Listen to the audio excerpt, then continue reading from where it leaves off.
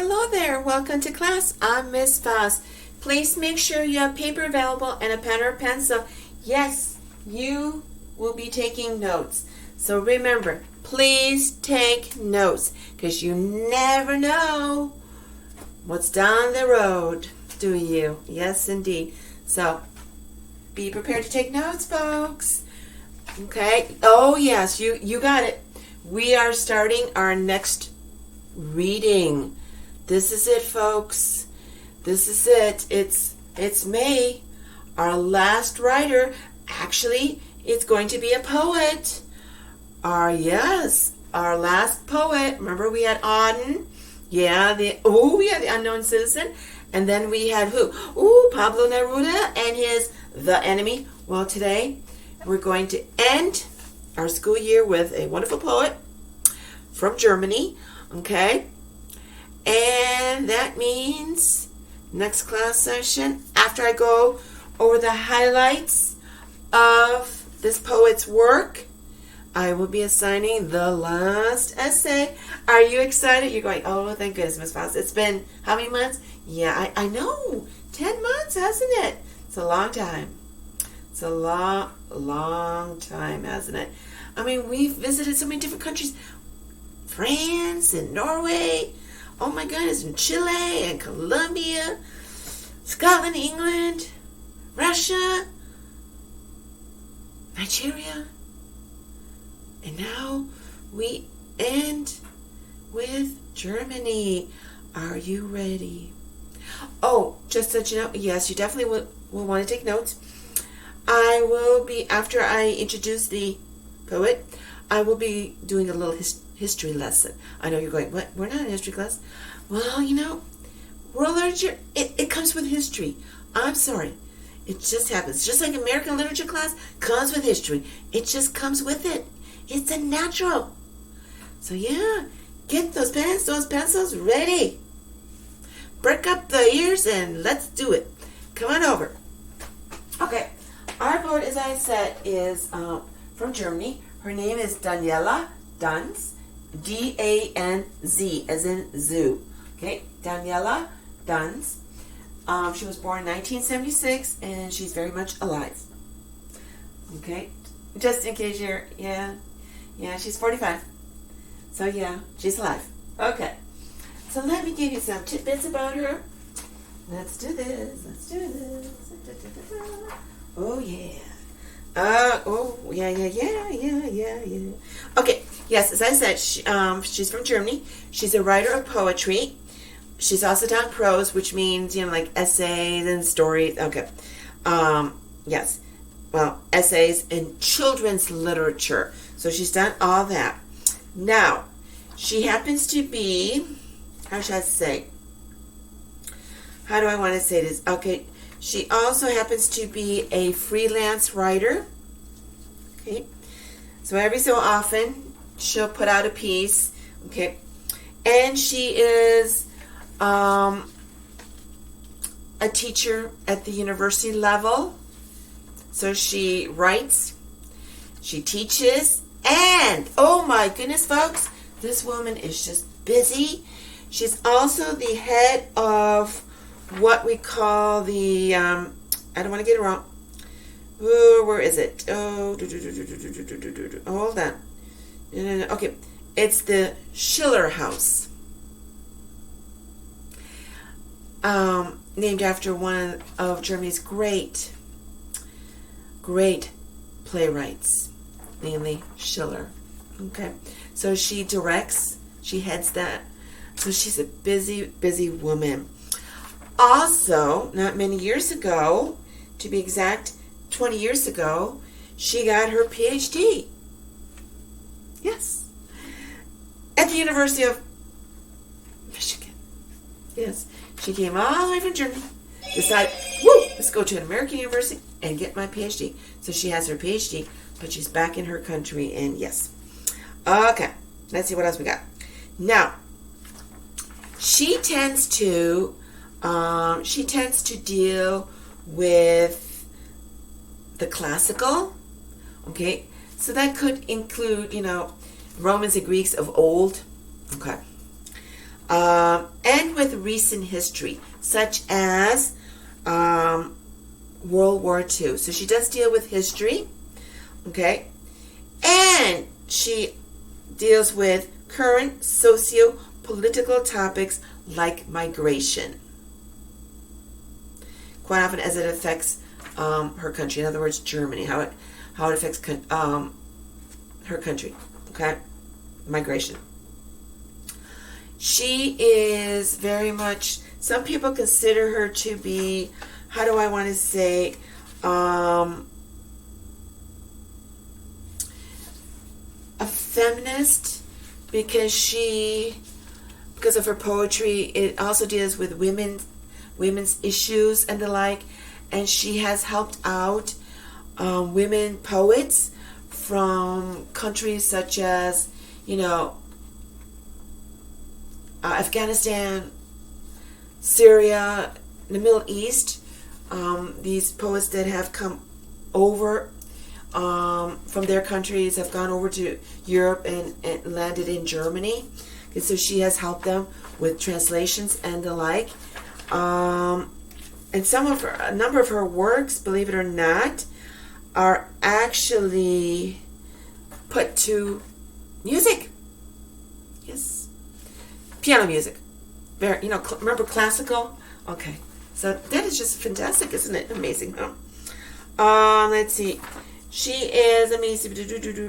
A critic says, a number of critics have, well, actually one critic here has said that she has a flair for the oppressive presence of history.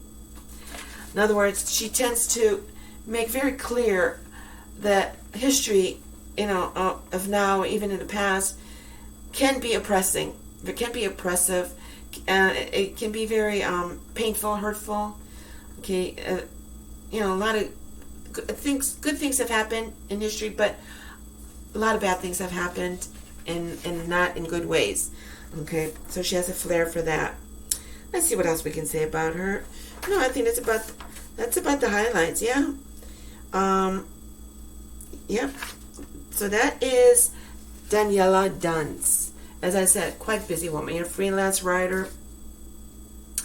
Directs the Schiller House, which is, again, lots of it having to do with literature of Schiller's time, which is, from the 1800s and around that time. And then writing children's literature, and helping out poets, translating works, or helping to translate, and yeah, busy. If you have any questions about her, please let me know. All right. Let's see. That takes care of that. So that takes care of Daniela Danz. Now remember, I said she writes about history. Okay. Again, with recent history such as World War II, that doesn't exclude that she won't write about history before that, obviously, in the classical and the like. So she has tackled the history of Israel. Let's see here. I'm looking right over here. The Siege of Masada, 73 CE, in other words, 73 Common Era. Okay, she tackles that part of the Jewish Roman Empire history, because it involved the Jewish people versus the Roman Empire. Okay, one of many battles that Israel fought, in years, over the years, the centuries. So let me get this. Okay, let me see what we have here. Yes, so we're dealing with Masada. It is actually, Masada is in Israel. Please make sure you're taking notes, because it will help you. I'm really serious about this. You need notes in order to understand her poem. Hint, hint. Yes. Masada is it's so good that I write out notes. It really helps out. It's fantastic. Tells you it's great to have notes. Note taking is great. Okay. It is. Hold on. I'm trying to get the exact word. Okay, it is actually a fortress. Okay, and it would seem that it wasn't just one, but there were many, because years ago, the people that dig, into history and archaeologists and like found a fortress, and they found only one fortress, but I'm assuming that Masada was not just one piece, but there were many more. But it's the top of a mountain. Okay, and so it's a fortress atop a mountain. They found one fortress, and it showed signs of fire. So it gives you a little hint there. But so yes, it is a fortress, and we're talking Israel. Okay, and it's the southeastern Israel near the Dead Sea. Okay. If you wanted to see a picture, it's not the greatest, but from the sheet here, we can see right here. So we're talking right there. Okay, so this is the area. Okay, so we're talking 73 Common Era, when the Roman Empire obviously was spreading out. The Romans decided that every piece of land everywhere is going to be theirs. So they thought, oh, that's a great place. Let's do this. Israel would be a great place to attack. So it's Jerusalem fell at that time, actually in 70 CE. Okay. And a number of people escaped, and they belonged to a sect. In other words, they're real extreme in their religious beliefs and the like. And they were the extremist Sicarii sect. Let me write that up for you.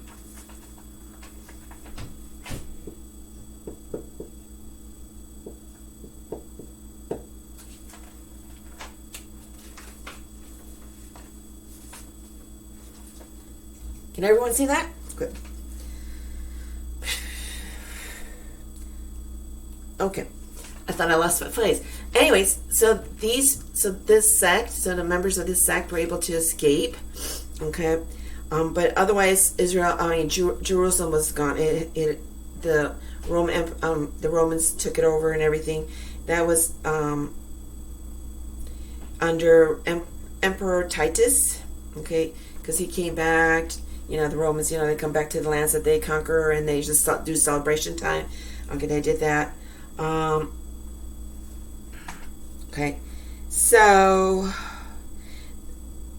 this sect, the people escaped, the ones that could escape, because the people that didn't make it, we're talking a massacre of people.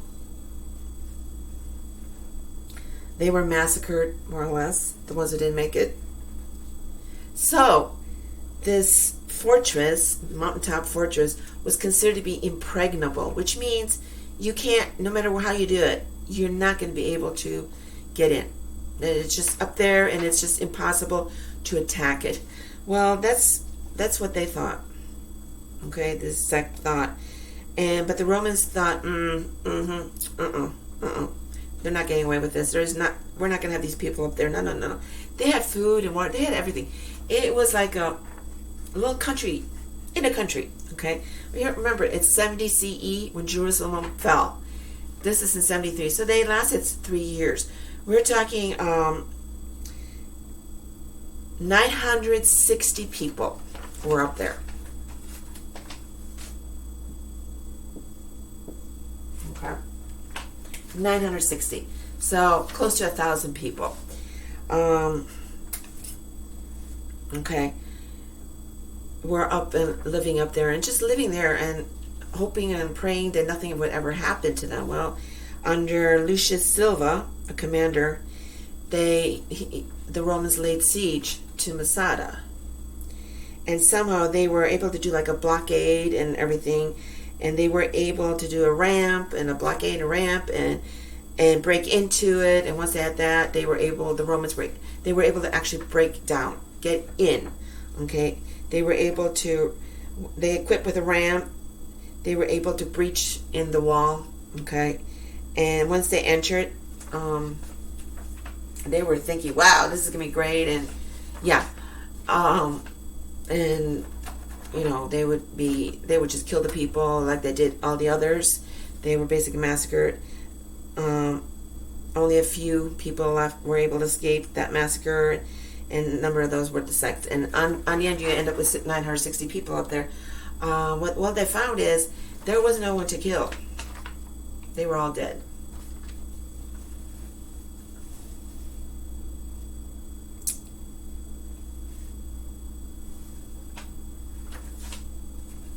Yes. That is checking the number. Yes. So, because it was either going to be slavery or death, so they did what they call mass suicide, and there was a writer, Jewish historian, who gave an account of this based on two women who were able to escape because they were hiding inside a drain, who said that our beliefs are that you can't kill yourself. So what they did is they had drawn lots to kill each other, and the last man was the only one to take his own life. Okay. So this was like Masada was considered to be the last act of the Jewish war. So the Jews, they were scattered all over the place, all around, with many thousands being sold into slavery. But yes, so we're talking about, when you get to the poem, you're talking about describing the last stand in the first Jewish revolt against Rome. Okay. So, but it was the last act of the, we're talking the first Jewish revolt. Okay.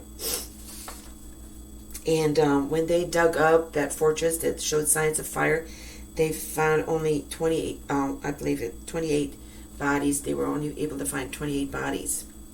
And so that is the history, and you need to know this in order to understand her poem. So what you're going to be doing, and if you have any questions about Masada, the siege of Masada, when they were overrun, and again, instead of being killed by them or being enslaved, again, mass suicide. If you have any questions about that or anything like that, that's what we mean with the siege, let me know. What I need you to read is Danz's Masada. Okay?